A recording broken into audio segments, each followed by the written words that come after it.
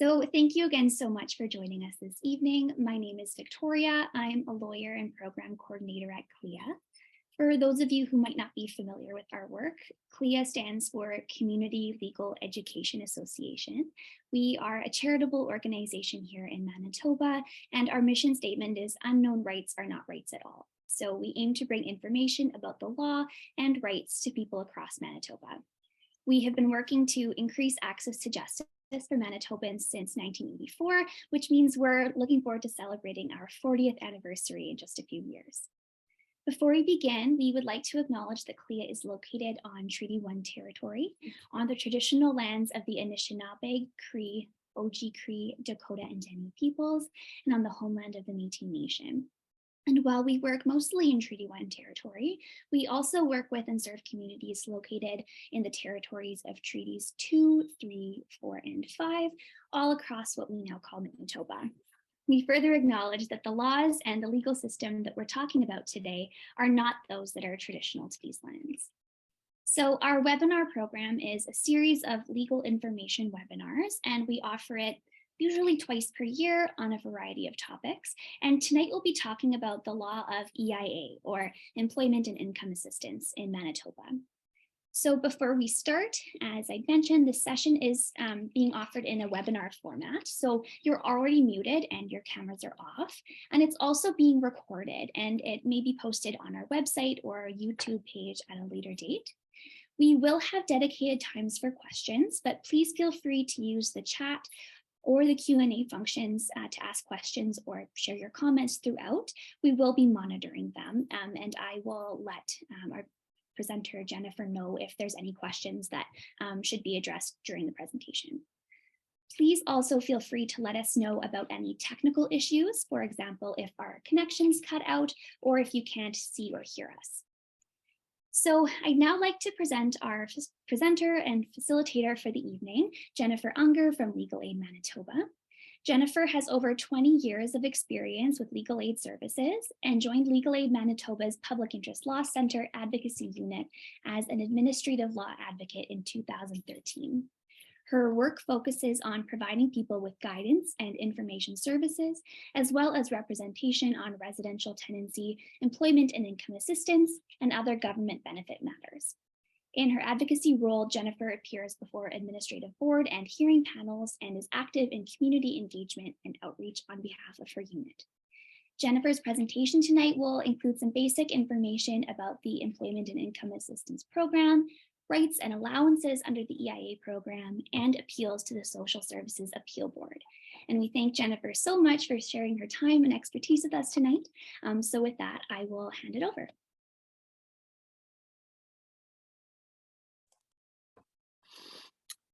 Perfect. Thanks so much, Victoria. And always, as always, thanks to CLIA for setting up these sessions and inviting me to once again talk about employment and income assistance.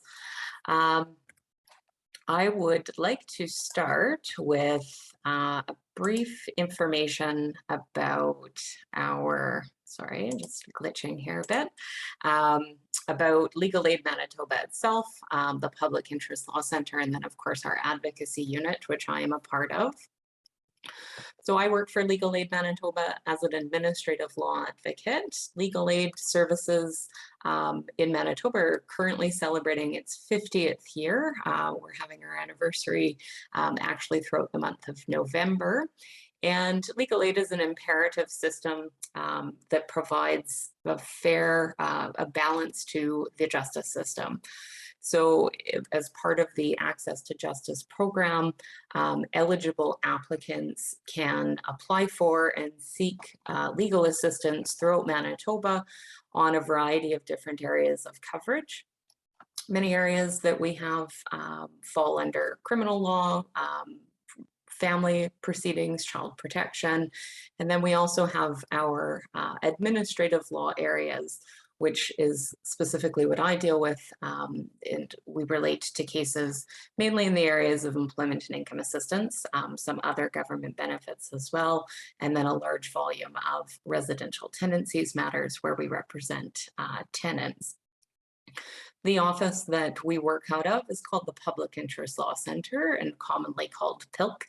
The Public Interest Law Center deals with specific public interest cases representing both individuals and groups of Manitobans.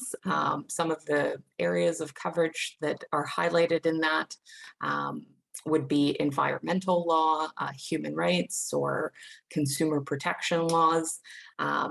PILC is an important part of the legal system in Manitoba as well, taking on areas that will affect large amounts of Manitobans. And they are an arm's length organization through legal aid and also receive some private funding as well. Our unit is directly attached to PILC because we are always looking for systemic legal issues to bring to the attention of the lawyers that we work underneath, who supervise the work that we do as advocates. I am so what is an advocate or an administrative law advocate? I describe myself as a paralegal. I am not a lawyer, but I've been trained specifically to deal with certain administrative law areas, the referenced coverage areas that we provide. We also provide a fairly unique service of information and guidance to both tenants and EIA recipients, where individuals can contact our advocacy unit directly, explain a little bit about their situation, and we can hopefully help offer them some direct guidance, even if formal representation isn't required. So some of the other newer areas of government benefits that I'll be slightly addressing as well. There is a new long-term disability program that's going to be operating out of the Department of Families. I can touch a little bit about that or what I know about that program so far. I also deal with Manitoba Health Appeals, certain levels of coverage on those government benefits, and then a program operated out of the Department of Families called the Community Living Disability Services Program. So I deal with appeals for individuals who've been denied the community living benefit. So that's my specific wheelhouse. And tonight I'm going to talk a bit about employment and income assistance. So Employment and Income Assistance Program is a financial resource program provided to Manitobans when you have no other means of support, so no other way to support yourself. It is considered to be a program of last resort. And what that means by EIA is that you must look at ensuring you have sought out every other available financial resource before you can pursue employment and income assistance. It does not necessarily mean you have to go to them destitute, but it does mean that if you have recently left employment, you will be required to pursue EI or through Service Canada benefits. If CPP is an option for you or workers' compensation, you would be requested to ensure that you've applied for and have sought benefits from those programs. There are some periods of layover where a person may have no financial means, and so they can apply for assistance, and then you may have requirements put on you as to what steps you have to take to pursue any other financial resources. This could include a recent family separation, where you require immediate financial assistance. And then throughout the course of your intake process and the commencement of your file, you may be required to attend to or pursue legal aid services and apply for counsel to assist you with seeking financial support, so child support, spousal support, and those sorts of situations. Under Employment and Income Assistance, this is a provincially run program through the Department of Families. The legislation, the Manitoba Assistance Act and its regulations set out the amounts that are paid out to recipients.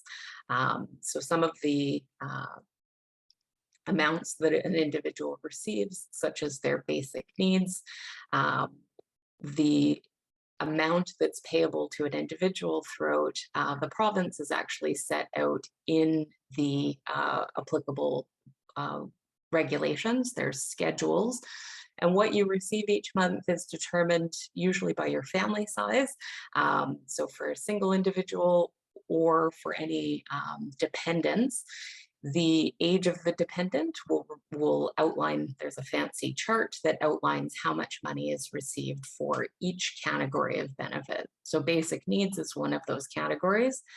Basic needs encompasses your food, personal hygiene or personal needs, household needs, and what money you get to spend kind of on your day-to-day living expenses.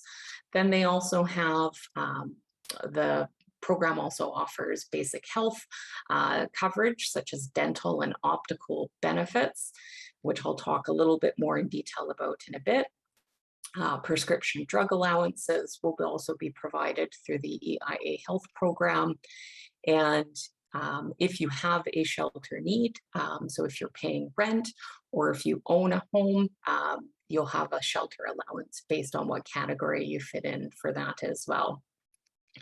As mentioned earlier, being a program of last resort, employment and income assistance is also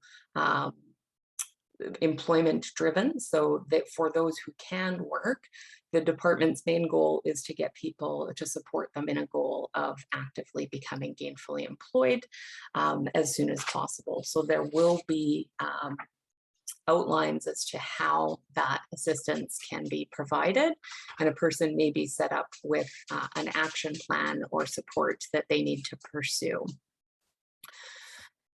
The enrollment into employment and income assistance, you will fall into one of many different categories.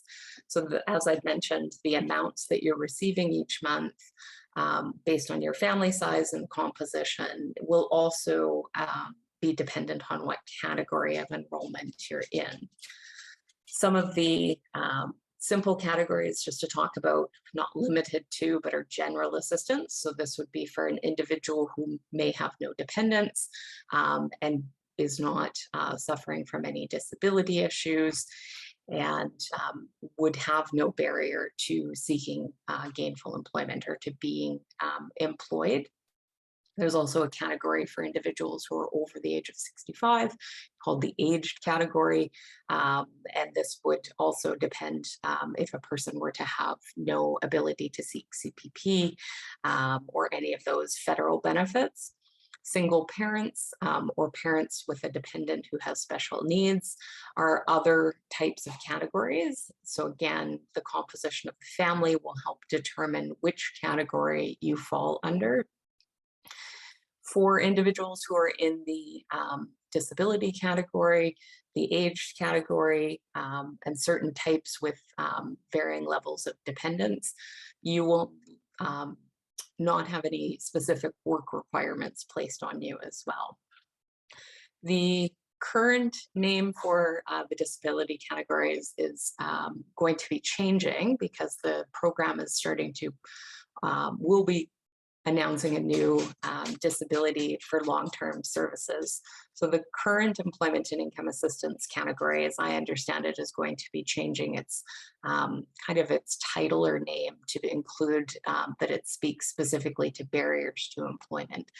And the EIA disability category will be looking at more of a short-term entitlement to benefits. So this category historically has operated where individuals have to report through medical assessments, and the amount of time that you're placed into this category varies based on that medical assessment.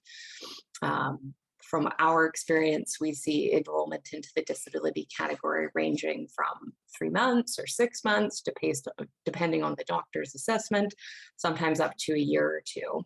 And historically, what's happened is every year or every time the entitlement period is coming up for review, recipient is sent a letter with an outline for a medical assessment to be submitted by their doctor. So this can happen when it's expecting that medical needs will be changing, and individuals have to continually be reporting for the continuation of their disability benefits. And what has been recognized here is that there is a need for a new long-term program or a new disability program in Manitoba.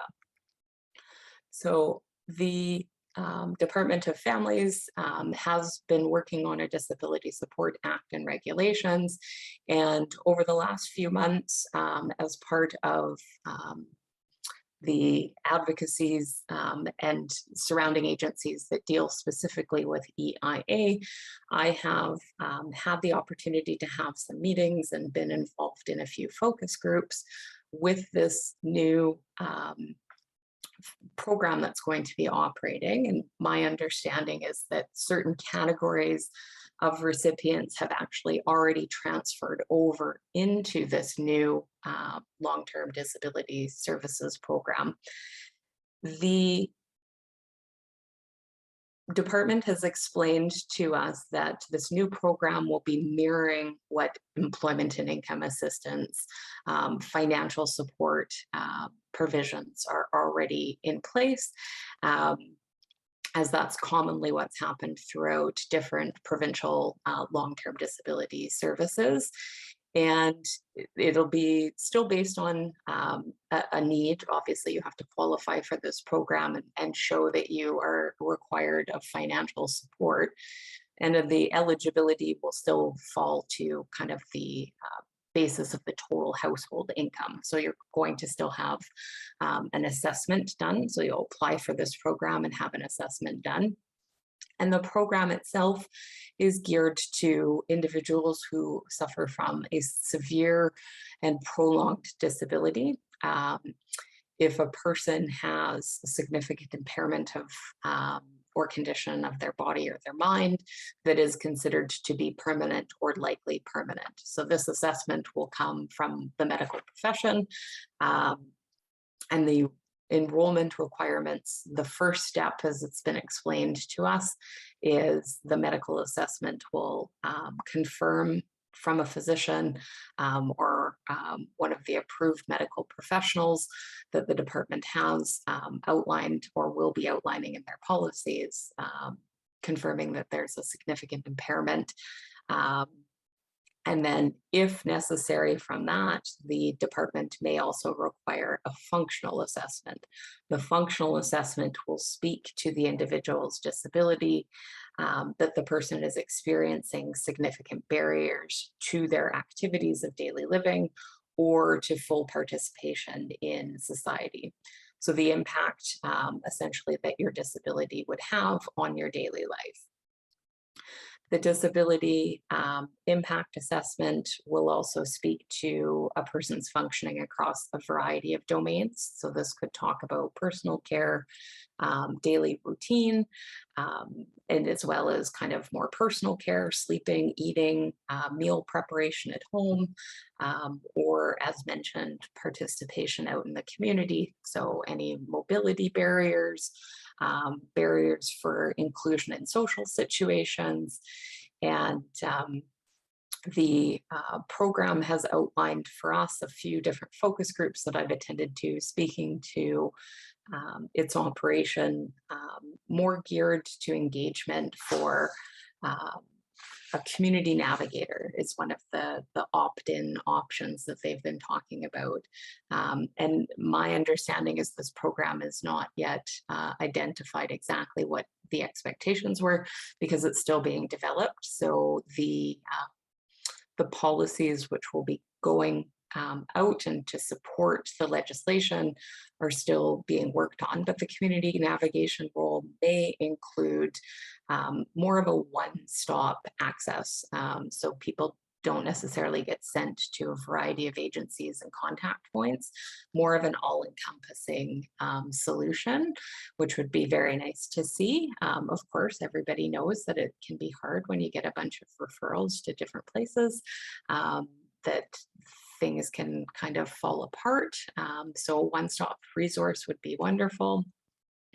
We've also seen some of the rate allowances and been outlined in the proposed regulations, which would include an earning allowance, the continuation of a liquid asset exemption, which will shadow what employment and income assistance allows individuals to have a certain amount of money, which is an asset exemption, and different financial resources, again, which will shadow the current employment and income assistance allowances that individuals get. There may be changes to reporting. Currently, if you're on employment and income assistance and you earn any sort of income, you have to report that income on a monthly basis, as it will affect your benefits.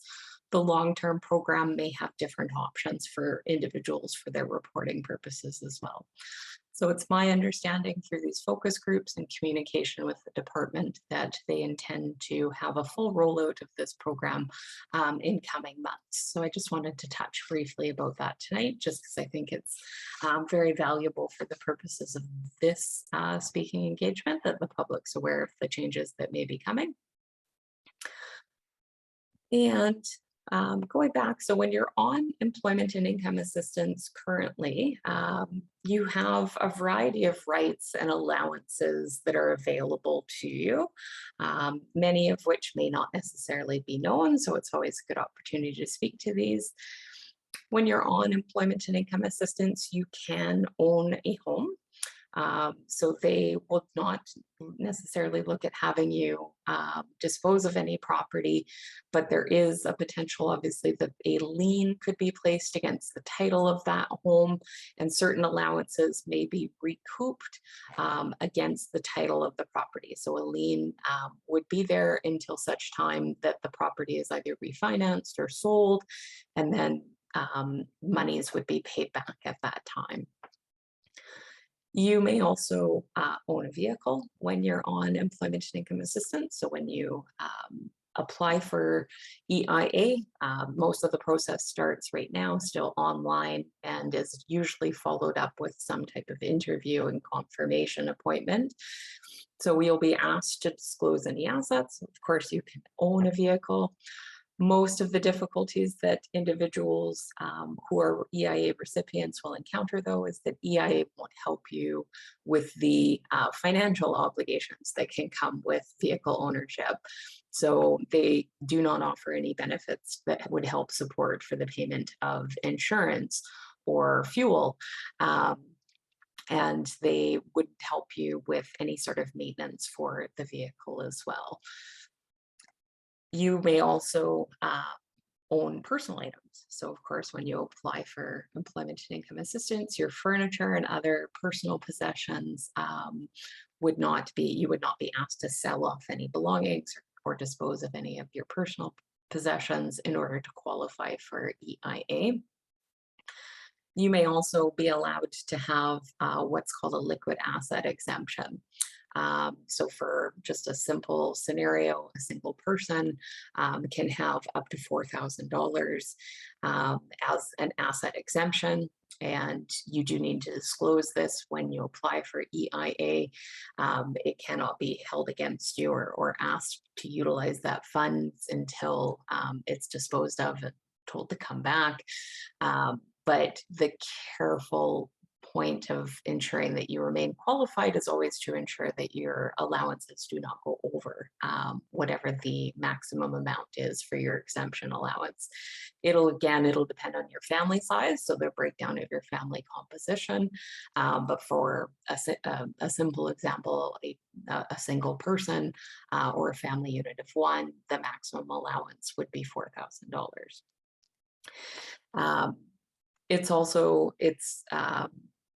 It's not a one-time only provision, so there may be certain allowances that allow you to utilize that money.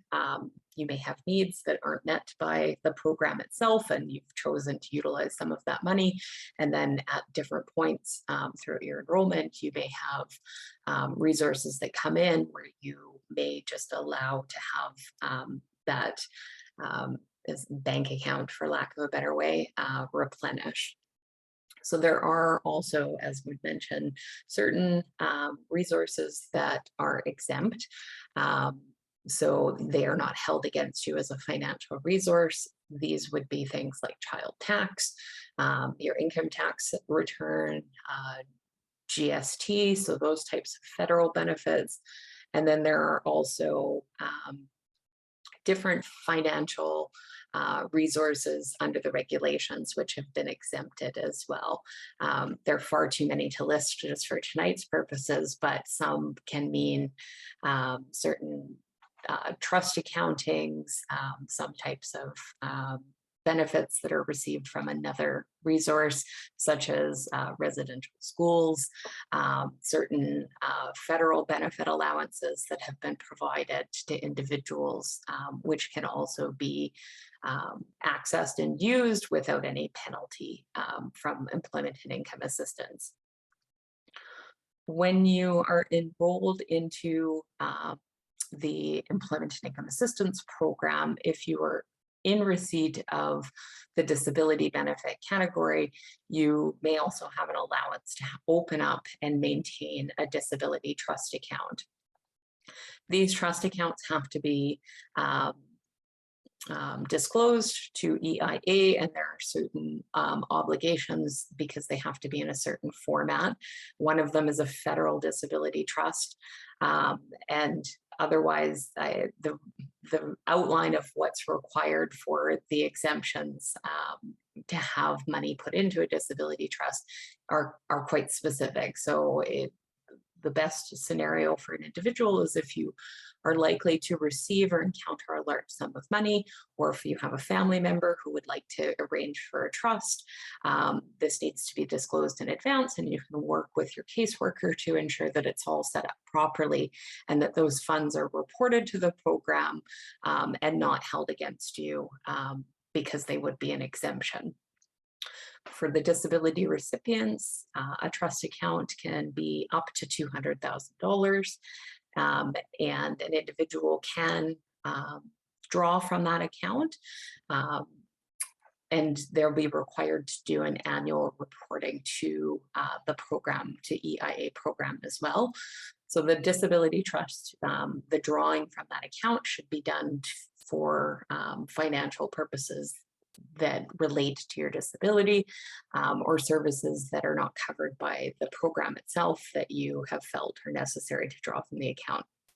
There might be a specific household item or purchase that you want to make for your home that will help alleviate a day-to-day need, and the EIA doesn't cover it. So you may request to apply for a draw from that account to make that sort of purchase. And then you'll just want to make sure that you keep all your records for your annual reporting of that. An individual on employment and income assistance as well can also earn an income. EIA has a work incentive program. As I mentioned, they are a program of last resort, and they certainly want people to become gainfully employed and transition off of the service. And in order to do so, one of the incentives they had set up is the work incentive program, where an individual can start employment and receive up to $200 of their net monthly income, plus any above that $200, up to 30% of the net monthly earnings that go over that $200. So the best guidance that I can give in this sort of forum would be, if you become or have any form of employment, you obviously have to report it to employment and income assistance, and then they will ask you to do annual or monthly income reporting, and the work incentive program, the amount of benefit that you get to utilize without penalty against your resources, will also be calculated by the program as well. And the incentive, of course, is that as you transition perhaps into the work field, your reliance on the EIA program will start to lessen, and you will eventually, as long as your employment it allows you to transition off, you'll reach a point where your work resources now outweigh your EIA resources. And then once you've hit an exit point, is what it's called by the program, you will no longer receive benefits from them, financial benefits into your bank account, but they can also offer you, I think it's up to 2 years of continued health allowances.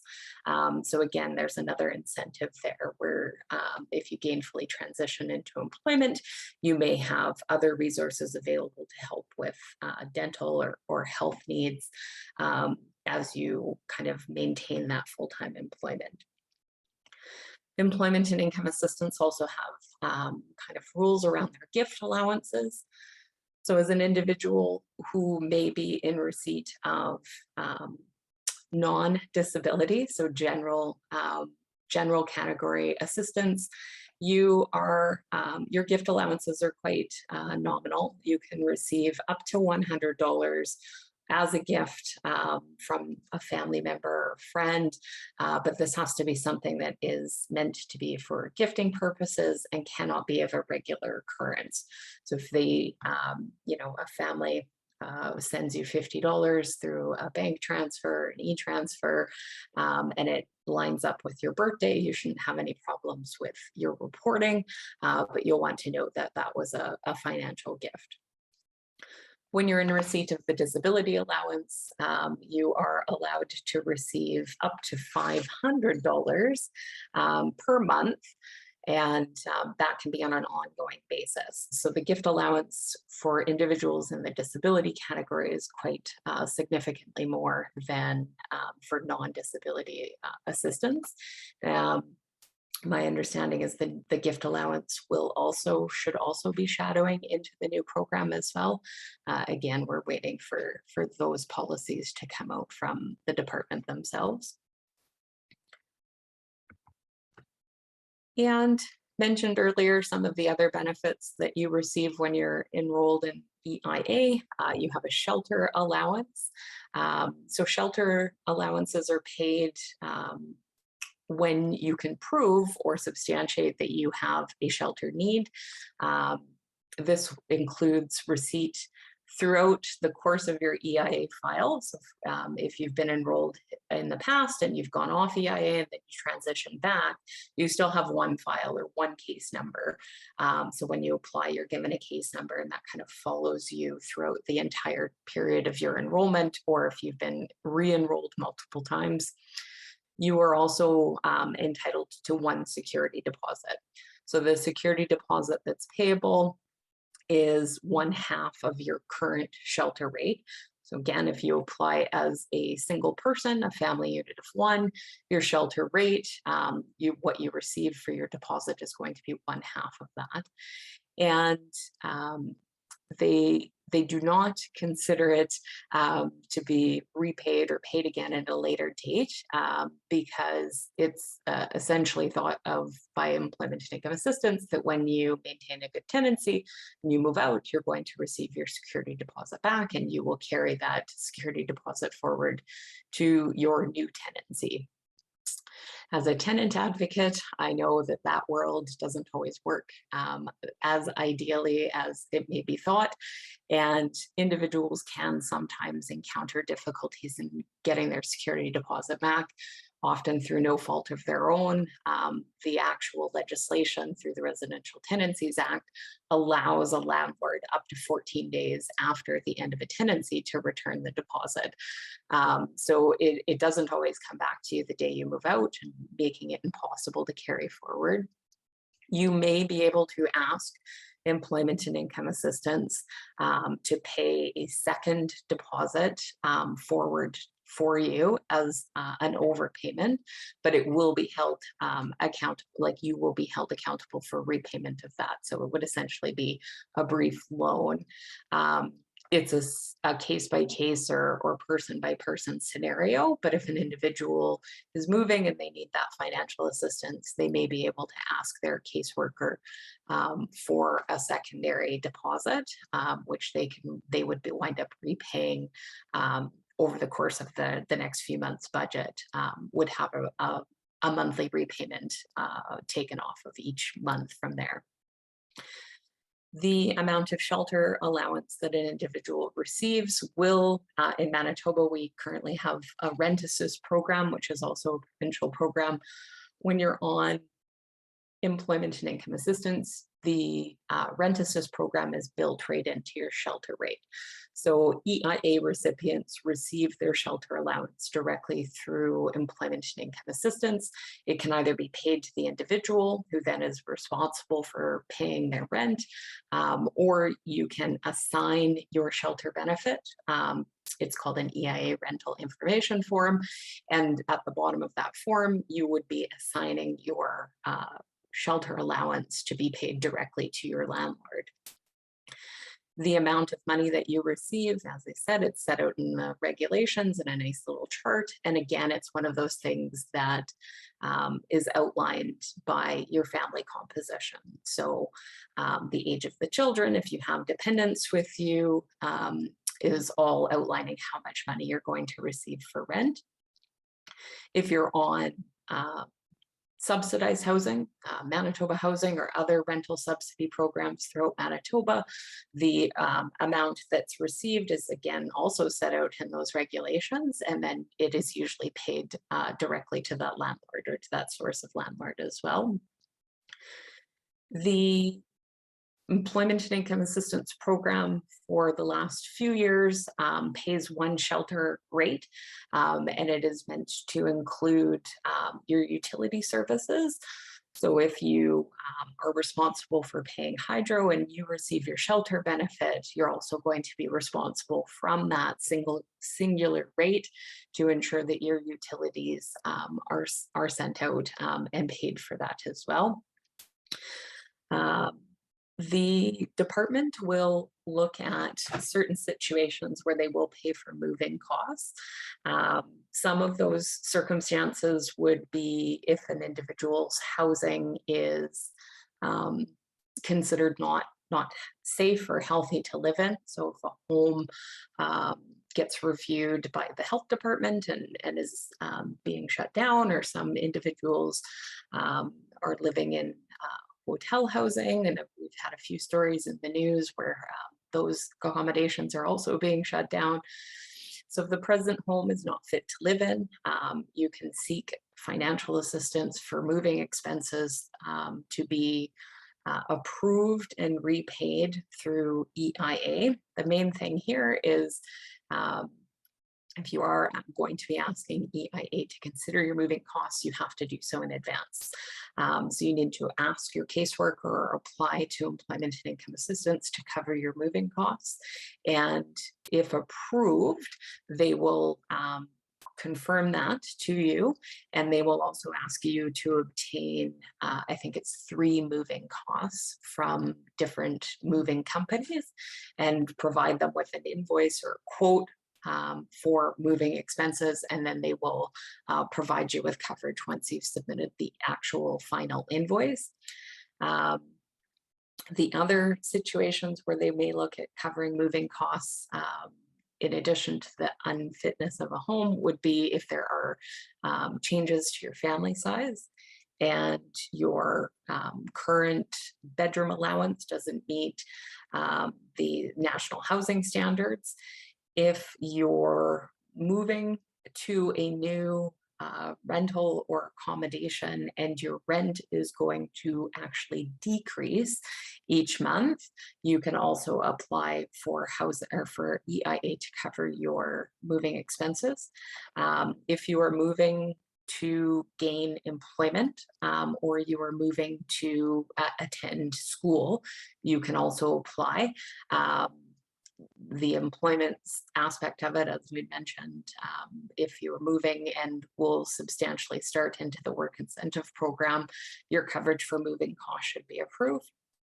And then you can also apply for assistance if there's a health reason as to why your home is no longer meeting your needs. Usually that requires a doctor's letter of support as well.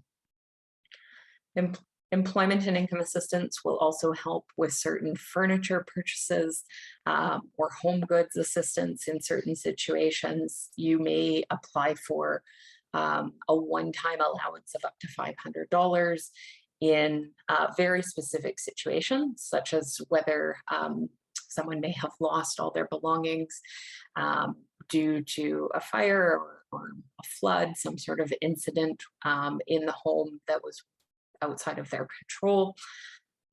If a person with a disability is leaving an institution for the first time, a new parent, so if you're a sole parent and you are leaving your parents' home for the first time, so kind of like a startup fee, or a sole parent who will have custody of the children leaving a family situation may also apply for this one-time kind of setup allowance as well.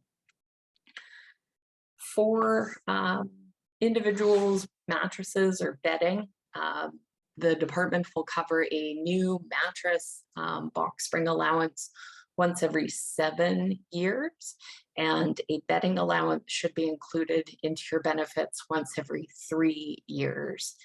If an individual is not sure when they received these allowances in past, they can write to or contact their caseworker, and they should be able to be given the timeline on when they will be up for renewal on either of those benefits. The allowances are quite small.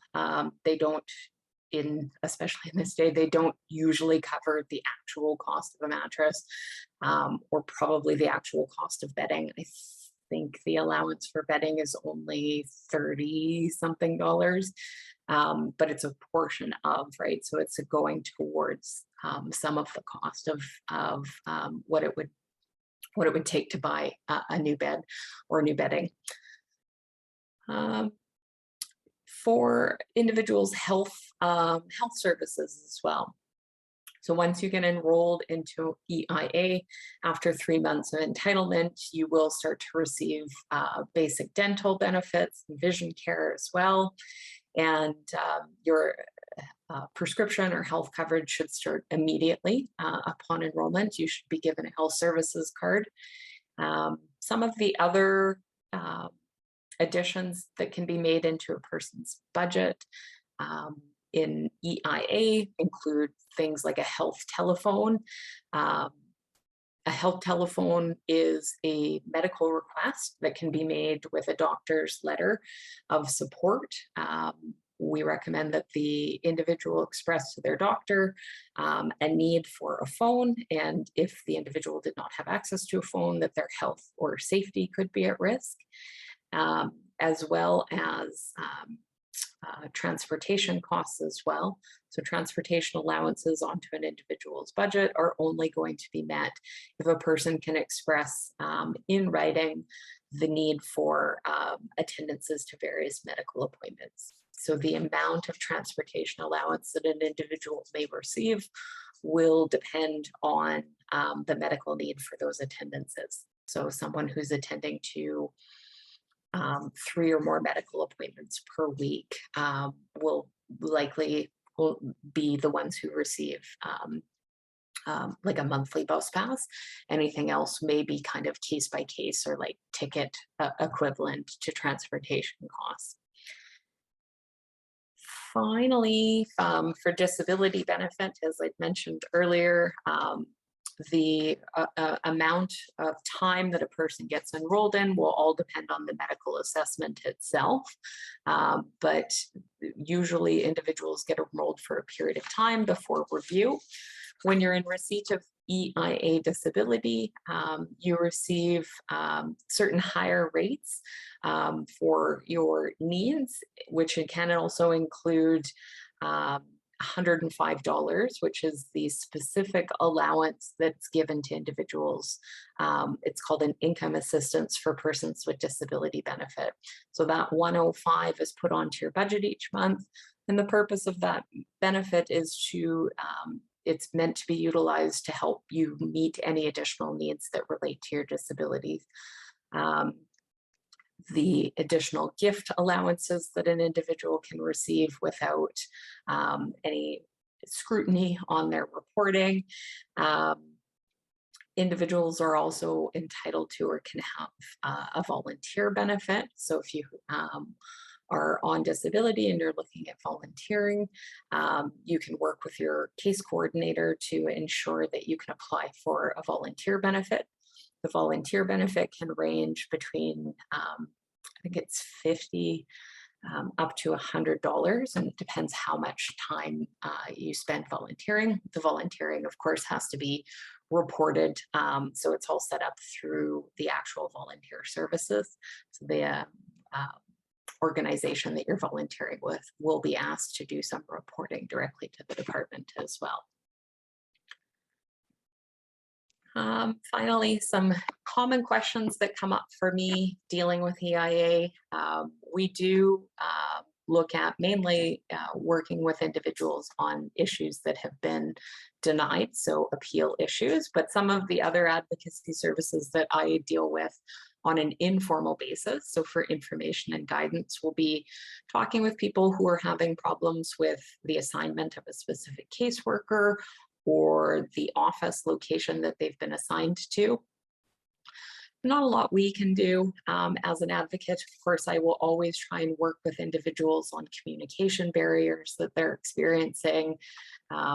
Perhaps they don't have access to a phone or email, and much of the department's communication is geared to going through a call center or emailing a specific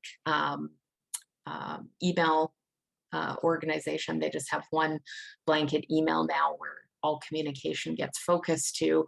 And that could be a huge barrier, especially for my low-income clients who don't necessarily have access to these services. So we will try and work with them on that communication aspect. But the employee situation, we can try and help alleviate some of the problems, but I, of course, cannot get an individual's caseworker changed or the location of their office changed as well. Which office you're attached to in Winnipeg depends on the category that you're enrolled in, and then, of course, what area you're living in. Some of the other issues that we encounter on a regular basis are overpayments. So an overpayment means that EIA at some point feels that they have overpaid you money or paid you money that you were not entitled to. It can happen by mistake sometimes, and it can also happen where the department is investigating a situation where they feel that they have been misled. And in either situation, we can look at the individual's specific case or scenario and try and determine if there's a legal issue, which we may look at helping you appeal, or if there is a barrier to the repayment amount. Usually repayment amounts, again, get set based on your family composition. They can range from $60 up to $100 off of monthly budget for repayment program. So we may be able to approach if there's a hardship or a short-term hardship application where we may be able to ask for some alleviation of that amount down to a lower amount for a period of time. Home visits, so it is common now, especially with COVID rules kind of relaxing, where a home visit or an investigation may be taking place, and a caseworker and investigator may show up at an individual's home. EIA can attend to your home without your permission, but they cannot enter the property without your permission. So they may show up at an individual's home, and of course the individual always has the right to say no to them coming into the property. But what we recommend is if you're going to say no to EIA attending into the property, that you say no with an alternate arrangement. So suggest a new date or a time for them to come back and visit, or a time to set up a meeting at the office. You're happy to attend to the office. What information do they need from you? And suggest some resolutions for how to review the situation. Usually when a home visit is happening, they'll have a reason and they'll explain that reason as to why they've shown up at the home. And then you can offer some meeting solutions from there. The Department of Families also has a separate agency itself, or a separate office itself, called the Fair Practice Office. The Fair Practice Office is not part of EIA. They are set up and usually looking at assisting individuals where there may be a complaint where an individual feels they have not been treated fairly. There may be information that they're looking at trying to seek some assistance with, communication issues or barriers that there hasn't been a remedy, or an advocate service hasn't been able to resolve either. The Fair Practice Office is a good tool because they are reporting directly to the minister. They are tracking the types of situations that they are dealing with. So they are looking for patterns and making suggestions as to how to change or update certain areas when it's affecting the recipients in Manitoba. So that is another solution for individuals as well. And finally, I'm going to talk a little bit more about kind of a large volume of what I do, which is the appeal of a denial, a change in coverage, a case closure or suspension benefit, any issue that a person has experienced with their employment and income assistance benefits where they disagree, commonly will have a right to an appeal. So if you ask for a certain area of coverage to be provided and they say no, the employment and income assistance is required to notify you of their decision in writing. That decision should include an outline as to why you have been denied something, or if a case has been closed, or a benefit, an entitlement has been suspended. All of those decisions are appealable to the Social Services Appeal Board, which is its own entity and organization, which reviews a variety of different Department of Families programs, one of which is employment and income assistance. Decisions made by employment and income assistance do have to be appealed within 30 days of receiving the written decision.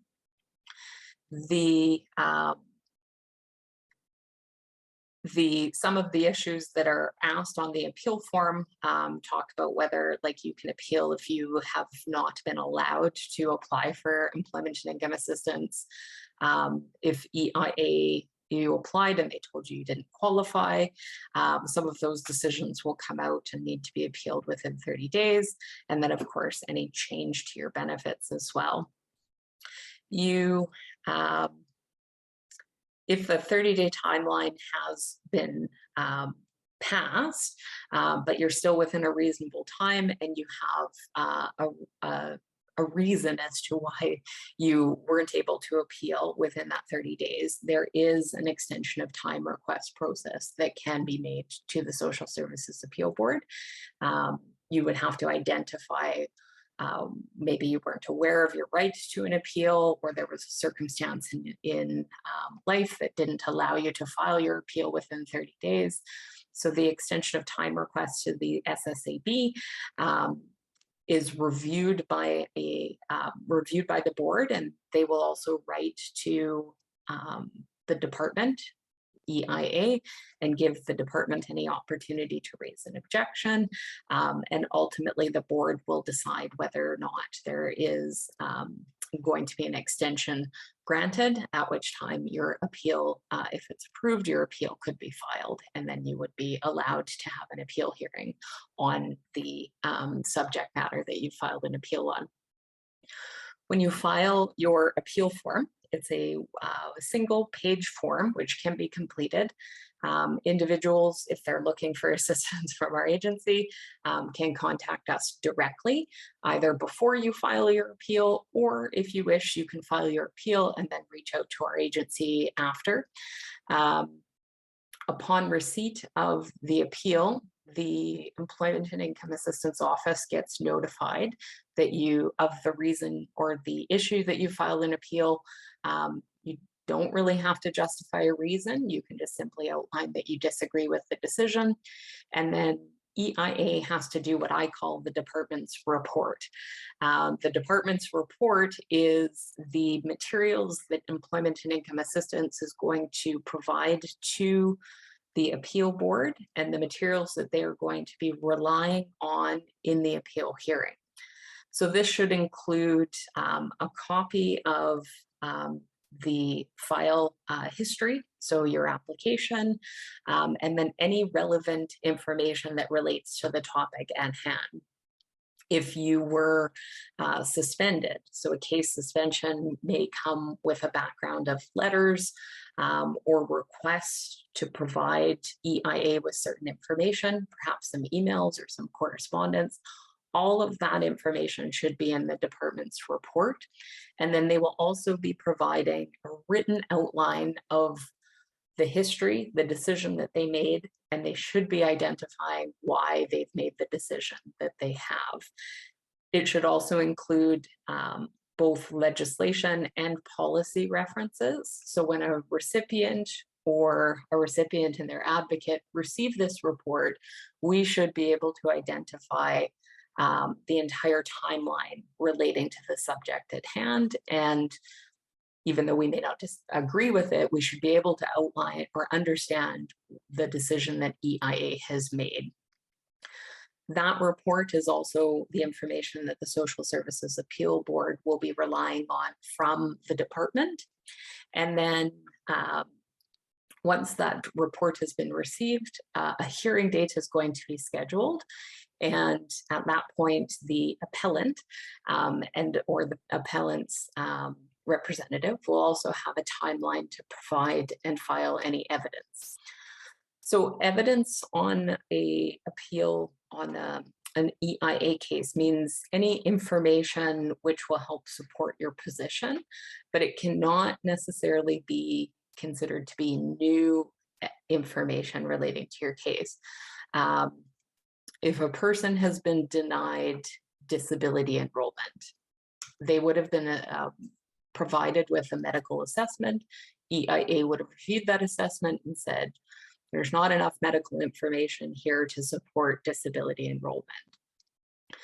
If an individual receives new medical information, you actually have to go back to EIA first and ask that they consider that new evidence. So you would be presenting them with new information and asking for a reconsideration. Once you have a final decision, that's your appeal decision.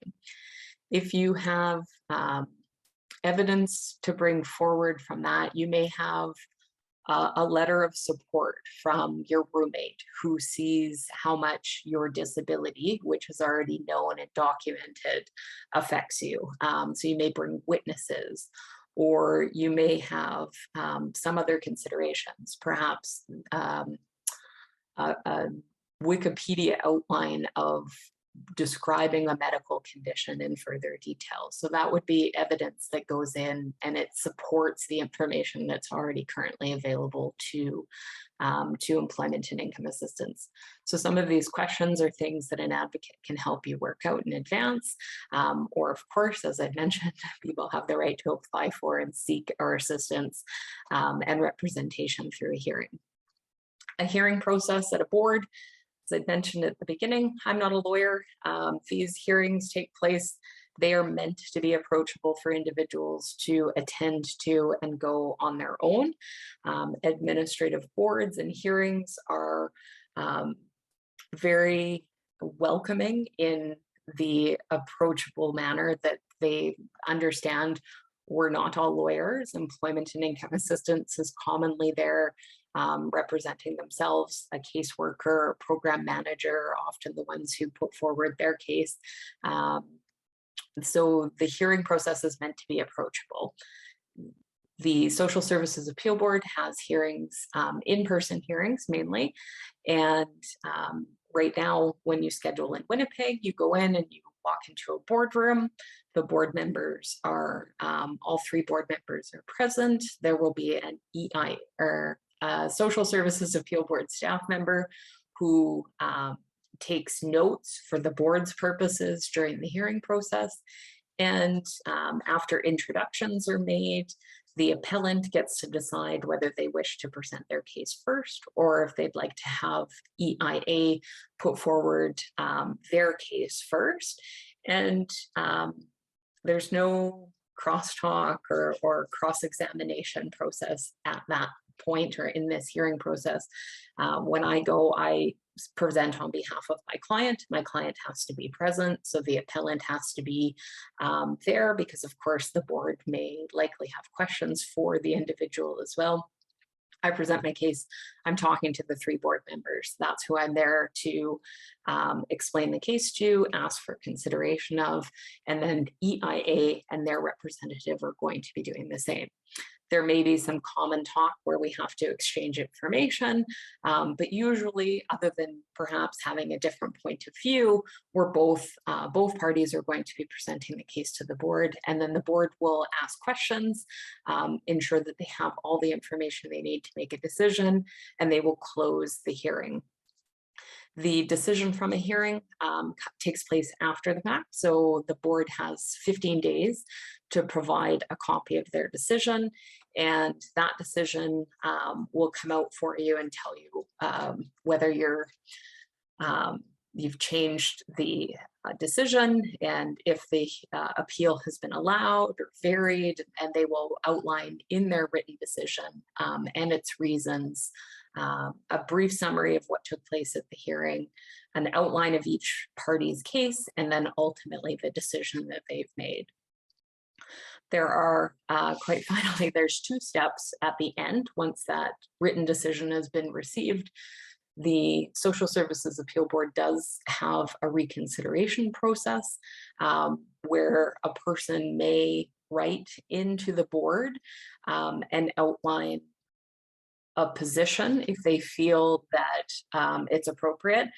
These, in my experience, are quite difficult, but if the hearing process was inhibited by the board, if there was an obvious administrative error made during the hearing that shows in the decision, there is also a clause for if the board was biased or finding where you can pursue. These requests are made in writing. So you have to outline your experience, the position of reconsideration that you're requesting, and kind of your reasons why. Your request for reconsideration will be shared with the department. The department will also be given an opportunity to respond in writing, and then ultimately a new board will review that request and render its decision on whether reconsideration is allowed. If it were to be allowed, they also have an outline as to steps of what they could do. They may send it back for a new hearing. They may make a new decision based on that reconsideration. But as I mentioned, they are quite difficult to go through, but it is a process or a procedure that's a live issue or an aware issue, and it is an allowable one. Finally, Court of Appeal.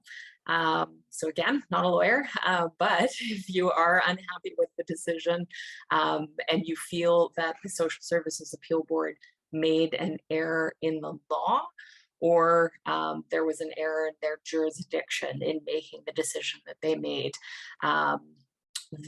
these are a little bit beyond my ability to comment on, but individuals, they do arise. So there are situations where a court of appeal or a leave application can be made to court of appeal to review a decision further. Otherwise, if reconsideration is an option and an error in law or jurisdiction isn't an option, the decision made by the Social Services Appeal Board on that specific topic is considered to be a final decision. So that's all of my information. I know there looks probably to be a couple chat, and I'm sure I've hopefully have left sufficient time for Q&A. So I will stop sharing. Of course, I can pop my contact information back up if anyone requires that as well. Wonderful. Thank you so much. I see that we have two questions, so maybe we'll go in the order that they came in. The first question also contains a compliment to you for the great presentation. And this person is wondering if there is any indication where people should apply or find out more about the new Barriers to Employment program. Yeah, so the change in EIA's current disability program is, as far as I've understood it to be, is kind of a work in progress as the new Long-Term Disability Act comes to fruition. So it is known that this will be happening. And as I've mentioned, some individuals have already been transferred over into the new long-term program. They are already up and operating. But as far as we've understood, the department itself, the Department of Families, has made it clear that they are still working on the internal policies and how this program is going to be delivered to the public. And so for the meantime, the barriers to employment, the current EIA program disability continues to operate as is or has been until we hear no otherwise. So I don't suspect there's going to be a lot of change to the EIA disability program in and of itself. I think that individuals will still have the allowance of a period of time and then a reassessment. That will be kind of how it has been and how it will continue to be. The medical assessment is still completed by a doctor, still sent in, still reviewed by the disability panel. And then the disability panel approves it or says this person, Jane, gets 6 months of disability, and then Jane will be given a new assessment in 5 months for review. So I think that the barrier to employment program won't really change from what we currently know it to be. The unknown factors and the interesting factors, and probably the time-consuming ones for people that do our role as advocacy, is what will happen when people are applying for long-term disability and they wind up getting put in short-term, and what kind of appeal rates they'll have and how those cases will play out for us. It's why I'm attending all these focus groups and paying a lot of attention. And I appreciate the question. I think we will be very interested to see what the first 6 months of 2023 bring as far as the changes to the program that are coming. And a lot of it will happen case by case from my understanding. So there's some interesting changes that'll be handed down by the Department of Families in the months to come, I think. So. Thank you. That's a really, we have some feedback too, that's perfect. Thank you for explaining that. So as well, if folks are asking questions and you have follow-up questions too, that's helpful if you want to put those in the Q&A as well. Our second question that we have is, in the case of overpayment and an individual who left EIA for OAS, old age security, how can a person know what the situation is or access a record of the overpayment situation? Does that go to a collection agency, or is there a central collection program, or how kind of does that work? Sure. So employment and income assistance overpayments are usually explained commonly just with a letter saying you've been assessed an overpayment, and it should identify the time frame, the period from why you received an overpayment. So what period um, a person received benefits when they weren't entitled, and that letter should always include also the person's right to an appeal. It does happen, especially when you're applying for any other financial resource, because of course you keep getting EIA benefits until your new financial reporting comes in.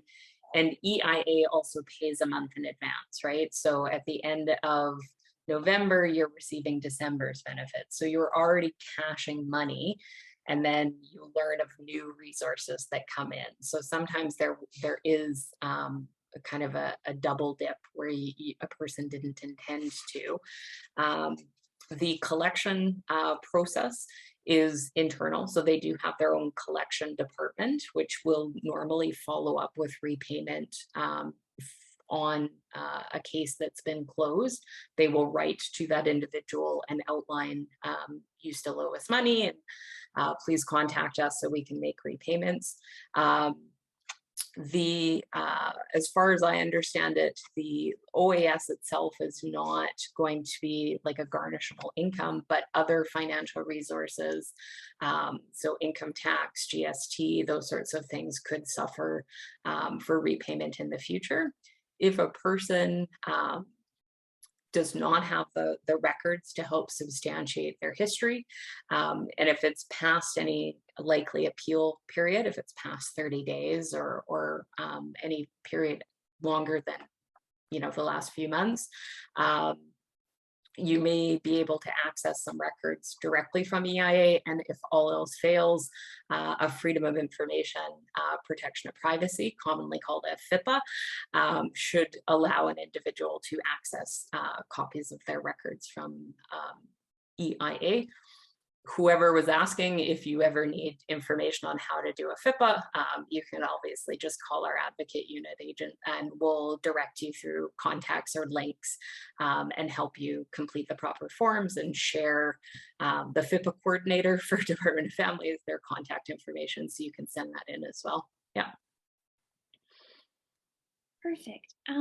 On that note, maybe we'll skip to one of the questions that just came in about CERB and the interaction between EIA and CERB, and will people be getting monies clawed back if they did receive CERB and weren't entitled to it? Sure.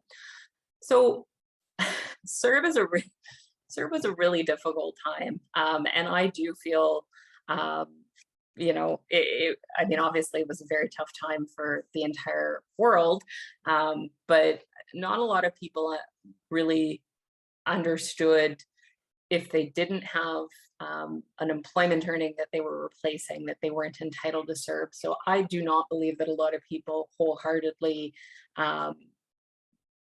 mistook gaining CERB when they weren't entitled to it. However, what we've seen a lot of cases appealed to the Social Services Appeal Board, and I don't think I mentioned that, but the decisions by the SSAB are also posted on their website. They post relevant decisions or decisions of a relevant nature, and we've seen a lot of cases appealed. No successes. So CERB, essentially, if a person took CERB when and also received EIA, the only way to resolve the issue is usually either repayment to one of the two programs. So we can work with the individual to set up a repayment program through Service Canada to show that the individual is intending to repay Service Canada or the CERB benefit over time, and that should have an alleviation of any suspension of EIA benefits, or the individual can forego EIA for a period of time until they regain financial enrollment. But if it was a specific issue where the person took CERB and they weren't entitled to it, one of those two options are really the only progressive way that we've been able to do it. Um, I've attended a couple of federal government webinars about their um, repayment ideas. It sounds like they are wishing to ensure that people continue um, to repay and to go to them for repayment ideas. Um, but they've also professed heavily that they will work with individuals to ensure that a repayment plan is approachable. So it could mean repayment through income tax, repayment through GSTs, or a repayment plan of a nominal fee over a large period of time. That's the best approach that we've had, is that people work with paying it back through Service Canada so that they don't have any current suspension of a necessary financial resource, which is EIA, to kind of keep things moving. That makes a lot of sense. Thank you. Yeah. The last question that we have right now, but if anyone has any other questions, please feel free to keep putting them in the Q&A. A common theme that this person's clients share is that there's a large wait time between when they need EIA funds and when they're received. And this person's wondering if that is true in your experience. Folks have shared that they have waited weeks between filling out the online form and then waiting for an in-person meeting and then actually getting the funds. Yes, it's absolutely true.